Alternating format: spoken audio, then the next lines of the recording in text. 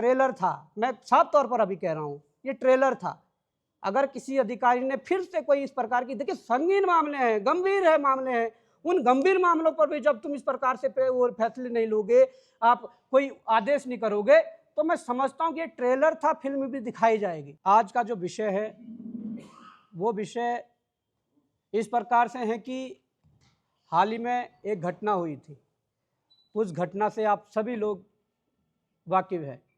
वो घटना सचिवालय के अंदर जो चीज़ें हुई, वहाँ पर क्या हुआ, तमाम प्रकार के आरोप प्रत्यारोप भी लग रहे हैं और तमाम प्रकार की चीज़ें भी जनता के बीच मीडिया के माध्यम से आ रही है। पर मैं कहना चाहूँगा कि शुरुआत वहीं से करूँगा जिस प्रकार से आरोप लगाए गए थे कि ठेके को लेकर दबाव बनाया जा रहा था। तो सबसे पहले तो बड़ी बात यह है कि शायद आईएएस साहब ये भूल गए हैं कि आजकल ठेके टेंडर जो है वो ऑनलाइन डल रहे हैं और ऑनलाइन ही उनके टेंडर होते हैं और उसमें ही सारी प्रक्रिया होती है। या तो वो ये बता दें कि किस ठेकेदार को दिलाना चाह रहे थे और कौन सा टेंडर था, तो ये तमाम बातें थी, ये उनके द्वारा कही गई। अब जो हमारा पक्ष था, मैंने सोशल मीडिया के माध्यम से भी रखा था और उसको और विस्तार से आप लोगों के सामने बताना चाहूँगा।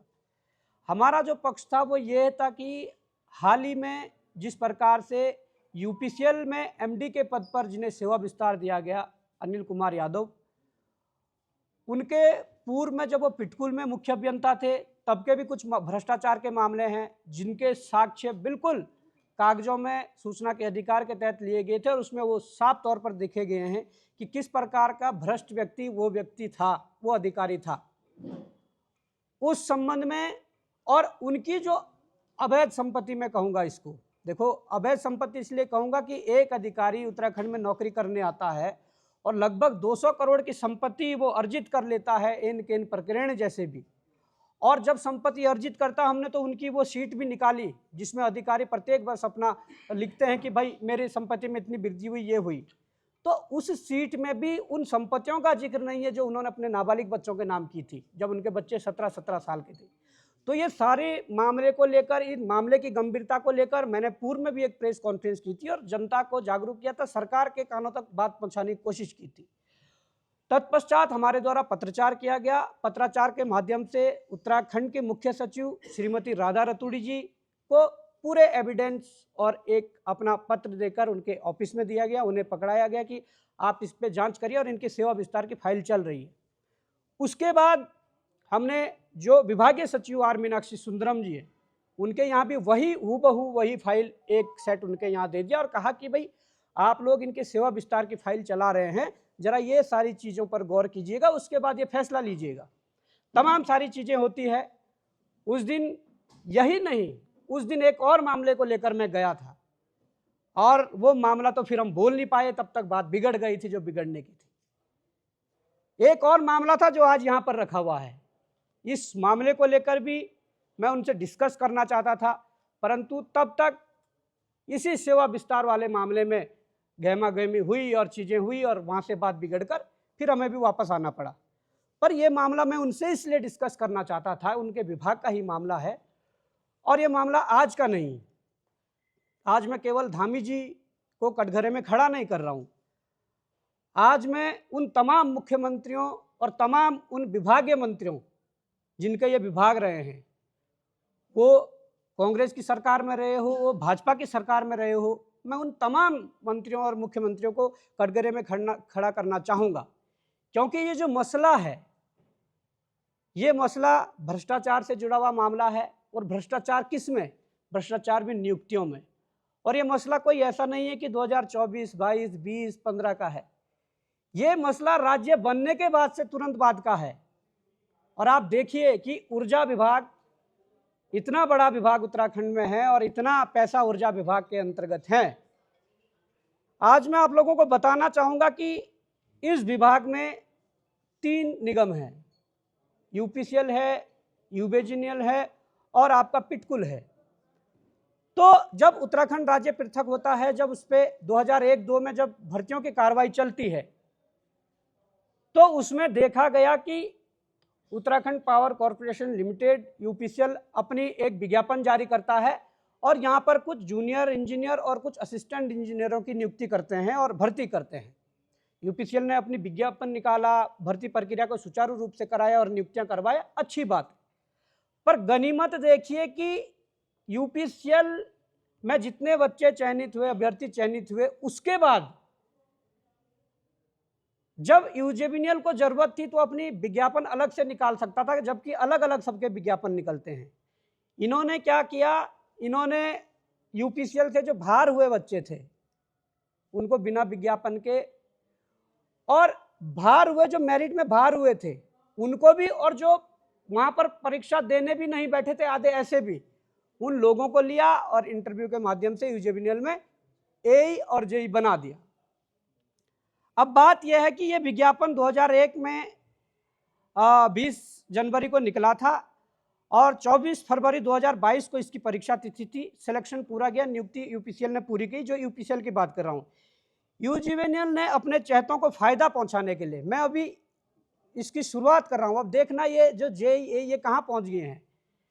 अपने चहेतों को फायदा पहुंचाने के लिए प्रक्रिया इन्होंने ऐसी करी कि अपने चहेतों को फायदा पहुंचाया, जबकि यूजेबीनियल को यूपीसीएल से उन लोगों को लेने का अधिकार नहीं था और यूपीसीएल को यूजेबीनियल को देने के लिए उसका अधिकार नहीं था। वहां तक कि जो ठेकेदार थे, उन ठेकेदारों के अंडर में जो जेई वगैरह जो काम करते थे उन लोगों को भी वहां पर चिपका दिया। अब जब इनसे आरटीआई के माध्यम से मांगा गया कि जो संविदा पे आप लोगों ने लगाए थे उनका नियमितीकरण कैसे हुआ, तो 2013 की नियमावली पकड़ा देते हैं। अब नियुक्तियां 2001, 2, 3 में हुई, आप 2013 की जो नियमितीकरण वाली नियमावली वो पकड़ा रहे हैं, तो ये तो बात बनती नहीं है। अब समस्या ये है कि हमने तो देखा कि जब इन लोगों से हमने तमाम प्रकार की जो चीज़ें ली आरटीआई में, तो आरटीआई में देखा गया कि इन्होंने जब इनके नाम और वो मांगे गए तो इन्होंने जो लास्ट वाला जो नंबर वाला जो पोजीशन है वहाँ पर कोरा पेज लगाकर उसको दबा दिया और सूचना हटा दी गई। ऐसा क्यों? ऐसा इसलिए कि जब यूपीसीएल ने अपने चयनित अभ्यर्थियों को ले लिया और यूजेबीनियल को, जिन्होंने यूजेबीनियल जो गए यूजेबीनियल में, उनके अंक ना जाने कितने थे, क्या थे, कितना डिफरेंस था, इसलिए ये हटाएगी। अब मैं ये कहना चाहता हूँ कि जिस प्रकार से एई की भर्ती हुई, सबसे बड़ी बात है, यहाँ पर आप तमाम पत्रकार बंधु हैं जो कहीं ना कहीं जिन्हें जानकारी है, किसी भी विभाग में वो पीडब्ल्यूडी हो कोई भी हो, डायरेक्ट एक्शन की पोस्ट नहीं निकलती है, डायरेक्ट एक्शन की पोस्ट नहीं निकलती है। पर इन्होंने यूजेबीनियल ने 2005 में क्या किया, डायरेक्ट एक्शन की 2 पोस्टें निकाली और एक्शन की पोस्ट निकालने के साथ साथ उसमें 8 लोगों ने आवेदन किया और उसमें साक्षात्कार के लिए 7 लोग उपस्थित हुए। जब उपस्थित हुए तो 2 लोगों को नियुक्त किया गया और वो 2 लोग थे राजीव कुमार सावर्ण और सुजीत कुमार सिंह। इन 2 लोगों को एक्शन बनाया गया डायरेक्ट भर्ती के माध्यम से, जबकि ऐसा कोई प्रावधान नहीं था कि एक्शन के पदों पर भर्ती हो सकती है। अब आप गंभीरता से इस बात को समझना, जो मैं आगे बोलने जा रहा हूं, इस कड़ी को जोड़ना कि इस प्रक्रिया के दौरान जब एक्शन के पद पर नियुक्ति के लिए साक्षात्कार हो रहे थे, जब इनका चयन हो रहा था, उस दौरान बोर्ड ने प्रक्रिया पूरी की। उसके बाद फैसला लिया कि 7 अभ्यर्थियों में से 2 अभ्यर्थियों की नियुक्ति एक्शन के पद पर हुई है, ये बोर्ड ने फैसला लिया। और साक्षात्कार के समय, अब देखिए कितना इंटरेस्टिंग मामला है, साक्षात्कार के समय आभास हुआ, बोर्ड को साक्षात्कार के समय आभास हुआ कि इनमें से भी 2 लोग एई के लिए उपयुक्त हैं। बोर्ड तय कर रहा है कि भाई एक्शन की पोस्ट थी, वैसे तो नहीं निकाल सकते थे, तुमने निकाल भी 2 एक्शन लगा लिए, पर उन 7 में से फिर बोर्ड तय कर रहा है कि यार साक्षात्कार के समय हमें ऐसा आभास हुआ कि इन 5 में से भी जो बाहर हुए, इन 5 में से भी 2 असिस्टेंट इंजीनियर बन सकते हैं, एई बन सकते हैं, तो उनका क्यों ना एई बनाया जाए। और वहाँ पर भी उन्हें 2 लोगों को फिर एक्शन की विज्ञापन पर एई बना दिया जाता है। उन 2 लोगों को जिन्हें एई बना दिया जाता है, इसमें राजीव कुमार सावर्ण को पहले एक्शन बनाया था और यहाँ दूसरा राजीव कुमार आ जाता है जिन्हें एई बना दिया जाता है, और एक दूसरा व्यक्ति मनमोहन बलोदी को नियुक्ति दी जाती है। इन दोनों को एक्शन के विज्ञापन के माध्यम से एक ही नौकरी दी जाती है। अब मामला यहीं नहीं रुकता, बड़ा इंटरेस्टिंग, आप इसको जोड़ना और देखना। विज्ञापन एक्शन का था, नियुक्ति यहीं पर 2 लोगों को दे दी। अब 6 माह बाद क्या होता है, 6 माह बाद राजीव कुमार सावंत जो होता है वो एक्शन के पद से त्यागपत्र दे देते हैं। जब त्यागपत्र देते हैं तो सीट खाली हो जाती है। अब सीट खाली होने का मतलब है कि किसी दूसरी नियुक्ति को करना था, परंतु 29/8/2006 को सुनील कुमार जोशी किस माध्यम से पैराशूट कैंडिडेट मैं कहूँगा उसको, सीधे वहाँ पर आ जाते हैं और उस पद पर बैठ जाते हैं। कोई विज्ञापन नहीं, कोई परीक्षा नहीं, कोई कुछ नहीं, और सुनील कुमार जोशी वहाँ पर बैठ जाते हैं। अब आज दुर्भाग्य इस बात का है, मैं इस संबंध में भी बात करने गया था क्योंकि उनके विभाग का मामला है। आज दुर्भाग्य यह है कि सुनील कुमार जोशी, जिनका मैं नाम पढ़ रहा हूँ, और जिन्हें मैं कह रहा हूँ कि पैराशूट जो कैंडिडेट हैं, जिनका ना कोई विज्ञापन निकला ना कोई, आज ये लखवाड़ 82 जैसी बड़ी परियोजनाओं में हजारों करोड़ के जो वो परियोजनाएं चल रही है, ये वहाँ पर उनके जीएम हैं, ये वहाँ पर हेड हैं। और मैं कहना चाहूँगा कि आज जो मैंने अभी एई की बोलो या जेई की बोलो, जो तब की नियुक्तियां थी, आज उसमें से कम इस प्रदेश के अंदर 30 तो जीएम है, कम से कम 30 जीएम हैं जिनकी फर्जी नियुक्तियां हैं, अवैध नियुक्तियां हैं, और डीजीएम उससे ज़्यादा हैं, और एक्शन वगैरह की तो कोई गिनती नहीं है। तो मैं ये कहना चाहता हूं कि भाई इस प्रदेश के अंदर जब से ये प्रदेश बना, ये खेल तो तब से चल रहा है, पर बात ये है कि जब ये खेल तब से चल रहा है, इतनी सरकारें आई, इतने मुख्यमंत्री आए, इतने विभाग के मंत्री आए, और उनके संज्ञान में भी मामले आए, वो तो ठीक हुआ, ये मामला हुआ और हमें जनता के बीच में ये लाना ही था। मुझे 1 महीने पहले ये चीज़ें मिल गई थी। पर ऐसी क्या है कि मीनाक्षी सुंदरम जैसे आईएएस, जिन्हें कुछ मीडिया के साथी मृदुल भाषी कह रहे हैं, जिन्हें कुछ मीडिया के साथी बहुत ऐसा कह रहे हैं कि बहुत सीधे और सरल स्वभाव के हैं, तो मैं उनसे कहना चाहता हूं कि मृदुल भाषी होने से, सीधे और सरल स्वभाव होने से, आपने जो यहाँ पर जो चीज़ें की, ये तो हुआ जो भी हुआ, ये चलो आप मान लो पहले की गलतियां हैं, पर अभी जीएम कौन है, क्या है आपके डिपार्टमेंट का, आपको पता रहना चाहिए। अगर अवैध नियुक्तियों वाले लोगों को ऐसे पदों पर बिठा गया, और मैं एक जीएम की बात नहीं कर रहा, 30 जीएम कम से कम है जो खुला लूट कर रहे हैं, जो जिनकी। अब मीनाक्षी सुंदरम ने क्या किया, वो सही बोल रहे थे जब उन्होंने कहा कि जब संदीप सिंघल का एक्सटेंशन हुआ तब आप नहीं आए, जब बलूनी का एक्सटेंशन हुआ तब आप नहीं आए। और ये मैं कहना चाहता हूँ, मेरे तो संज्ञान में ये पहले नहीं था, पर हाँ, संदीप सिंघल जी को एमडी यूजेबीनियल बनाया गया, रिटायरमेंट के बाद 2 साल का सेवा विस्तार दिया गया। ये कौन सा नियम है, मैं यही उनसे पूछने वाला था अनिल कुमार यादव के संबंध में। सुरेंद्र चंद बलूनी डायरेक्टर प्रोजेक्ट बनाया गया यूजेबीनियल में, रिटायरमेंट के 2 साल का सेवा विस्तार दिया गया रिटायरमेंट के बाद। ये कौन सा खेल चल रहा है। और यहाँ की अनिल कुमार यादव, जिसका जो प्रकरण था, जो मामला था, उन्हें एमडी यूपीसीएल बना दिया गया। और यहाँ तक कि देखिए, विश्वसनीय सूत्रों से यह ज्ञात हुआ है कि बहुत मोटी डील हुई है। उदाहरण के तौर पर मैं कहना चाहूंगा, अगर 30 करोड़ की डील हुई होगी तो 30 करोड़ उसने तो दिए, उसे क्या फर्क पड़ता है जिसकी 200 करोड़ संपत्ति होगी, पर वो 300 करोड़ लेगा भी तो। अब उनके घर में पेड़ तो नहीं लगे हुए पैसों के कि झाड़ेंगे और दे देंगे, वो पैसा हमारे में से जाएगा, इस जनता का पैसा जाएगा। उसके बाद जो नई परिपाटियां इन्होंने शुरू कर दी है, नई परिपाटियों में देख लो कि जो जीएम है यूजेबीनियल के, उन्हें यमुना वैली जो बुदियाल जी हैं, उन्हें डायरेक्टर पिटकुल भी बना दिया। ये खेल कुल मिलाकर मैं ये कहना चाहता हूं कि ले दे के चल रहा है, और एक खेल स्पेशली ऐसे आईएएस अधिकारियों को उनका चार्ज देकर, जो इनकी सुन सके, जो इनके कहने पर चल सके, ऐसे लोगों को ऐसे विभागों का चार्ज दिया जा रहा है। अब मैंने सुना कि शहरी विकास के एक डायरेक्टर हैं और उनको कहीं ना कहीं यूजेबीनियल में डायरेक्टर ऑपरेशन बना दिया। तो ये खेल क्या चल रहा है, मेरे समझ नहीं आ रहा।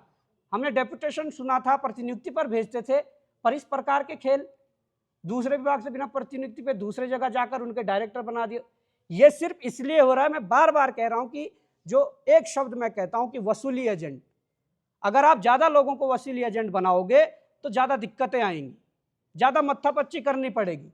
पर आपने चुनिंदा लोग अगर चुने हैं और उन चुनिंदा लोगों में से आप ऊर्जा विभाग से भी वसूली करवा रहे हो, आप दूसरे विभाग से भी वसूली करा रहे हो, आप पीडब्ल्यूडी से भी वसूली करवा रहे हो, पीएमजीएसवाई से वसूली करा रहे हो, अगर चुनिंदा लोग हैं तो आपका काम आसानी से वो कर देंगे। ये सारी जो चीज़ें हैं कितनी गजब है कि एक्शन के लिए पोस्ट निकल रही, यही की नियुक्ति हो रही, उसके बाद एक छोड़ के चला जा रहा, दूसरा पता नहीं बिना विज्ञापन में कहाँ आ जा रहा, और फिर जीएम जैसे पद पर बैठकर हजारों करोड़ों के प्रोजेक्ट को हैंडल कर रहे हैं। ऐसा एक नहीं, कई मामले हैं और उसके सारे डॉक्यूमेंट, ये सारी चीज़ें हैं। अब मैं ये कहना चाहता हूं कि जब इस परिपाटी के माध्यम से उत्तराखंड में नौकरी दी जानी है, मुझे मेरे युवा साथी, बेरोजगार साथी ये प्रश्न करते हैं कि अगर इस परिपाटी से नौकरियां मिलती तो हमें क्यों नहीं मिल रही। तो मैं तो ये कहना चाहूँगा, हमने तो प्रधानमंत्री जी के लिए भी ये लेटर बनाया है, ये माननीय प्रधानमंत्री नरेंद्र मोदी जी के लिए लेटर है, ये भी जाएगा, ये उत्तराखंड बेरोजगार संघ की तरफ से जाएगा। परंतु मुझसे जो मेरे युवाओं ने, मेरे बेरोजगार नौजवानों जो सवाल किया कि भाई साहब जब ऐसा चल रहा तो हमें ऐसी नौकरी क्यों नहीं मिलती, तो मैं इस प्रदेश के मुख्यमंत्री से निवेदन करना चाहूँगा, इस प्रकार के जो नौकरियां दी गई है ये संज्ञान में आपके डाल दिया है और ये सारी चीज़ें भी आप तक पहुंचा दी जाएगी। और मैं निवेदन करना चाहता हूं धामी जी से, अगर ऐसी ही नौकरियां मिलती है, अगर ऐसे ही एक्सटेंशन मिलते हैं तो हमारे उन लाखों युवा साथियों को भी इसी माध्यम से नौकरी दी जाए। और मैं उन लाखों युवाओं को भी कहना चाहता हूं कि अगर आप लोग इस आवाज़ को और ऊंचा करना चाहते हो, इस आवाज़ को और आगे बढ़ाना चाहते हो, इस मामले को और आगे बढ़ाना चाहते हो, तो आपका नैतिक कर्तव्य है कि आप मुख्यमंत्री पुष्कर धामी जी को एक लेटर लिखें कि जिस माध्यम से इन लोगों को ये नौकरियां दी गई है उसी नियमावली के तहत हमें भी ये नौकरियां दी जाएं और उसकी प्रतिलिपि प्रधानमंत्री जी को भेजें। इसमें सीबीआई से कम जांच हम नहीं मानेंगे, या तो प्रदेश के लाखों नौजवानों को इसी माध्यम से नौकरी दी जाए जैसे इन्हें दी गई है, नहीं तो इन सब की संपत्ति की जांच करके जो अवैध तरीके से नौकरियां लगे थे, जिन्होंने आज अरबों खरबों रुपए कमा लिया है, इनके संपत्तियों की जांच होनी चाहिए और किन अधिकारियों के द्वारा, किन नेताओं के द्वारा संरक्षण दिया गया उन पर कार्रवाई होनी चाहिए।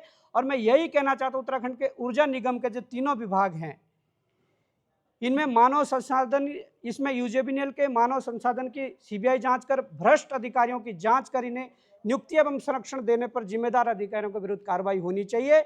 और ये ऐसा मामला है जो बहुत गंभीर मामला था, मैं इस संबंध में भी उनसे वार्ता करने गया था पर वो इससे चूक गए, क्योंकि उन्होंने जो वहाँ पर चीज़ें कही, जो बोली, जहाँ पर जो थोड़ा बहुत फिर मामला जो थोड़ा अलग प्रकार का हुआ, तो मैं समझता कि हम तो पहले उन्हें ये देने वाले थे कि आपके विभाग में इस प्रकार की चीज़ें कि आप कार्रवाई करेंगे, पर शायद ऊपर वाले ने ये सोचा होगा कि नहीं, ये जनता के बीच ही जाना चाहिए। और मैं ये भी कहना चाहता हूँ अपने युवा साथियों से, आप सभी लोग एप्लीकेशन लिखें और इस माध्यम से नौकरी देने के लिए आप निवेदन करें। और दूसरी बात यह है कि सरकार अगर करती है, सरकार को अल्टीमेटम ये है, और अभी पत्राचार भी होगा, सरकार के सचिवालय, शासन प्रशासन तक ये बात पहुँचा दी जाएगी विद एविडेंस। सरकार अगर कार्रवाई नहीं करती है तो कुछ दिनों बाद फिर ये मामला माननीय न्यायालय की तरफ जाएगा और फिर न्यायालय जो करेगा वही सारी चीज़ें होंगी। और यही हमारा मकसद था कि ये ऐसा मामला है कि जहाँ पर अवैध रूप से नियुक्त अधिकारी कहीं ना कहीं हमारे उन ईमानदार अधिकारियों का शोषण कर रहे हैं जो ईमानदारी से पढ़ लिख कर मेहनत करके जो विभागों में गए हैं। धन्यवाद।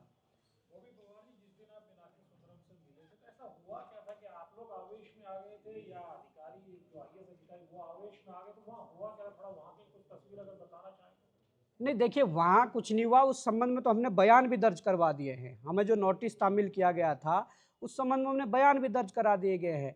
पर वहाँ पर हुआ ये था कि हम तो, मैंने कहा कि एमडीपी यूपीसीएल की जो सेवा विस्तार दिया गया उस संबंध में हम गए थे।